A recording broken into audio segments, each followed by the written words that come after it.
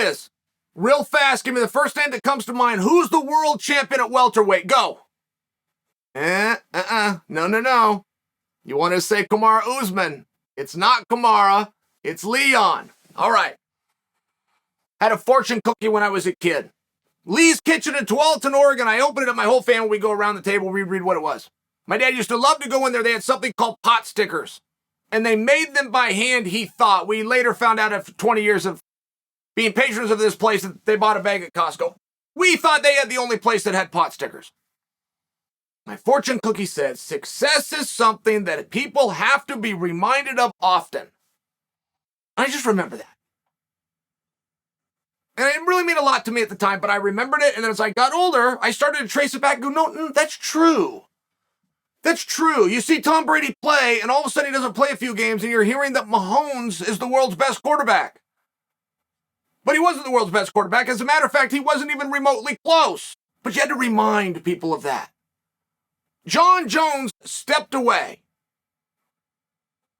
Daniel Cormier came in against Rumble Johnson, became the new good thing, but you get reminded of Jon when he comes back. It's one of those things you have to remind people often of success. And I haven't seen Leon shoving this belt down everybody's throat and up everybody's ass as much as I would like to, because Leon is the feel-good story possibly in the history of my career of MMA. I will pretend to be happy for people so that I don't look like a narcissistic prick. I know how to behave in society, and I will act like I'm happy for them. I was genuinely happy for Leon, and I think you guys can relate to that. That was different. This wasn't a guy that's got the limo outside. It's going to take him to the airport in the private jet, and the girls and the whiskey's flowing as he flies back home to his mansion. It's not like that. That dude hadn't made it yet. That was his moment. He didn't have anything to go back to. He wanted to thank his team, and he wanted to talk to his mother. That was a cool moment. But I do feel that many people continue to forget that Leon's the champion, not Usman. And what do you do if you're in Leon's spot? Because Leon would like to get a hold of Jorge Masvidal. Leon would like to fight Jorge Masvidal next. He would like to fight Jorge Masvidal tonight. He's angry. He got struck 4 times and threw no shots back by a guy who went on to have more opportunities and become a bigger star until now. Leon wanted what George had, which was headlining spots. He wanted to be where George was, which was Madison Square Garden. He wanted Hollywood's biggest star and the president of the United States to come into the ring to watch his fights, but they didn't do it. They did it for George, who hit him 4 times and didn't let him answer for it. He wanted to have a belt put around his waist, but again, that happened to George. So Leon is now, as a way of punishing George, of sticking it to George, instead of digging to the body and going upstairs, he's going to punish and get even with George by telling him, I have what you want and you don't deserve it, stay back. And all of us would do the same thing. We all fully understand it. Leon wants to fight George. Sure he does. But Leon at the same time can understand where George would not qualify for a world title fight. By losing your last 3 fights, of which that opportunity was given. By losing your last 5. I mean, it's one of those things where he would understand how he can keep George at bay and punish George by having something George wants and taking the opportunity from him. But is Leon handling that right? Now, I'm purely speaking to you about PR, because they're not going to make that fight. Like, there's no salesman in the world that could explain to the audience why Masvidal is now fighting for a world title when guys like Covington or Chimaev or Burns, or, I mean, right? You just couldn't package that up and explain it. Now the backstory works and the personal grudge works, and they're gonna bring in the attention. They're gonna fill up an arena. You bet they are. You just can't put the belt up. The belt's the only thing that gets in the problem of that fight. It's not George's recent wins or losses versus Leon's recent wins or losses that interferes with that fight. It's the title. And I'm just asking you, is Leon playing it the right way? Punishing George by taking it from him, but at the same time, George is saying, I will fight you, and Leon is saying, I will not fight you. Does that make him look strong? Leon is not going to be fighting with George. We understand that. But when you understand that, you're now presented with an opportunity. You are presented with an opportunity to whoop and yell, to berate and begrudge. You have free reign. You have a full pass because they're not going to make the match. So would have that been better by Leon? I'm just asking the question. In an ultimate scenario, or maybe I should say if I put myself in Leon's shoes, I accept the fight with George. I accept it instantly. I tell him I will fight you next. As a matter of fact, I will fight you tonight. Next time I see you put your hands up, I will just assume that the fight has begun. And I would tell him, but I'm not going to put my belt up because you don't qualify for it, but you have one too. We're going to fight for your belt, George. You're going to put up the BMF.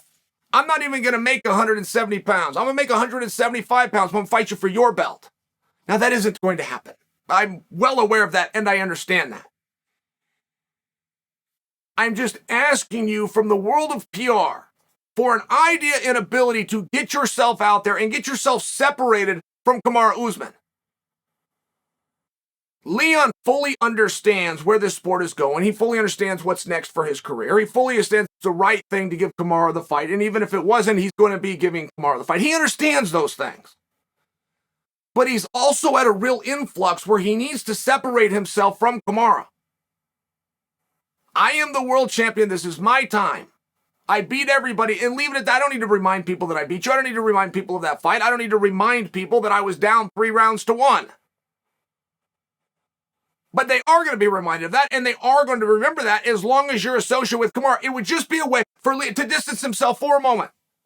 He'd get a short program, a short angle going with Masvidal, which is going to go nowhere but the media. But it's going to do 2 things. 1, it's going to make him look high-handed. 2, ultimately, it's going to get the hopes up of his nemesis, who he's then going to take it away from, which is called revenge, and it's a very sweet feeling. And you're going to distance yourself from the guy that people think is the champion anyway. It was the only way to play it. I get the punishment. I get where that would feel good. I would get that the guy that socked you up 4 times that then went on and had more opportunities than you, and now you could take something from him. I understand the whole thing. Like, I don't even begrudge it. That's one angle that you could do. But there's only 2 sides to the coin. You do this one and you tell him no as a way of getting even, or you come out and you tell him yes. You tell him be very careful what you ask for because you just might get it. But I'm not doing you any favors. And I'm not putting my belt up. We're putting yours up. Tell me when, and I'll be there. Not going to happen. I get that. I'm not talking about that. I'm not talking about reality here. I'm talking about perception. I'm talking about media. I'm talking about headlines. I'm talking about that idea. And see, this is the problem that we always run into. We run into this every single time in the sport. As soon as you stop making a guy hungry, it becomes a problem. It's just a problem. There's certain things that you need if you're the organization. There's certain things that I need to come over here and do my job for my 2 people to move my window machine. There's certain things that I need. And nothing helps me more if we're going to do a fight than if 2 guys will build and work and claw for that fight, whether they have to physically get in there and deal with somebody else or they've got to do it in the headlines. When they are battling for an opportunity, it gives us all something. If I give them the opportunity, if it is a foregone conclusion, if I come out and announce it and it's going to be in 2023, the whole division stops. You have not seen media from Kamaru Usman, which would be very interesting. To hear how Kamaru is trained, to hear what is different, to hear the absolute focus and the laser vision that he has on Leon, that would be something very interesting and it's compelling. And it's a story that Kamaru doesn't need to tell. Why? Because he already has the fight. Leon having problems with the altitude and elevation of Salt Lake, surprising himself, taking Kamaru down, full mount and taking his back, dominating the first round, then losing the next 3 before the kick hurt around the world. But learned from those mistakes, learned about backing up, learned the importance of hip pressure when a guy's coming for the double leg. Those things would be very interesting and compelling to hear. I would like to know about that, what he has done different, how his life has changed. Did he buy his mom anything? Even if it was a nice dinner, did he buy his mom anything? I'd be interested in all these stories, but those stories aren't being told because they don't need to be told. They don't need to be told because that fight is already made. We have other 170-pounders out there who are extremely meaningful, from Colby Covington, for goodness sakes, who's been surprisingly quiet, Masvidal, who has done his job, Diaz, who looks like he's gone somewhere else, Tony Ferguson, who we don't know is staying in the division, Gilbert Burns, who is everybody's favorite fighter. But those guys now are not scratching and clawing because they feel as though there's no payoff, there's no reason to. There's no ability to become a number one contender. This match is already made, and by the way, it's kicked in to Q1 of 2023. It's the bad side of making a fight. It's the bad side of guaranteeing a fight. It's a bad side of having an obvious fight that needs to take place. You lose the effort. You lose the hunger. There is no better way to a title fight than to be ready on short notice. There is no better way into the organization than to be ready on short notice. If you came up and you wrote down a blueprint and here's what you're going to do. Here's who you're going to beat. Here's how you're going to get on the main card. Here's how you're going to get the media. Here's how you're going to get in front of the fans. Here's your gimmick. Here's your angle. Then you're going to beat this guy. You're going to move up in the rankings. You could do that. And you just might get it. But any guy, any weight class, any time in history, my idea will get you there faster, which is be ready on short notice. It is the number one way to an opportunity in this sport. And I only bring that to you. We have no idea how Kamaru Usman is going to feel in February of 2023.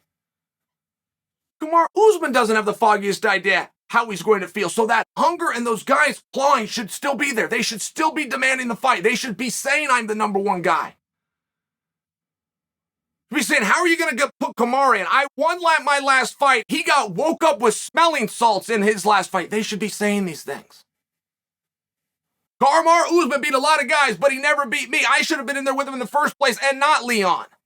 Got taken down, admitted by a British guy, whatever. They should be saying these things, and they normally would, and they would be hungry, and they would proclaim, my next match is the number one contenders match.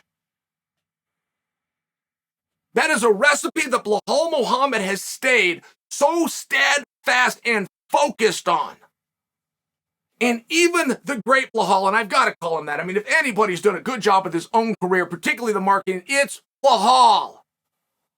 But even he has decided to a foregone conclusion about the next championship match, which is going to be in February or March or April of next year.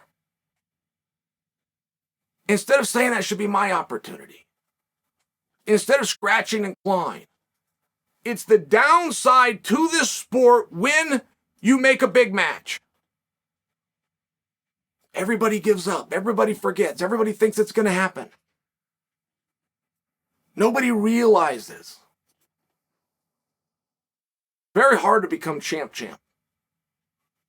Not only to have the skills to be champ, it's just as hard to get the contract and the opportunity to be for a second championship. Yet,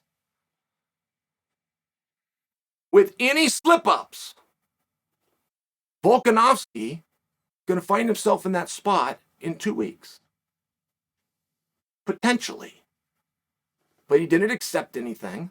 He didn't quit staying hungry. He didn't quit talking. He didn't quit being prepared. He didn't quit aligning. He didn't quit positioning. How that plays out is going to be seen. But I hope you see the difference, and I hope you see the problem with making a big fight 6 months in advance.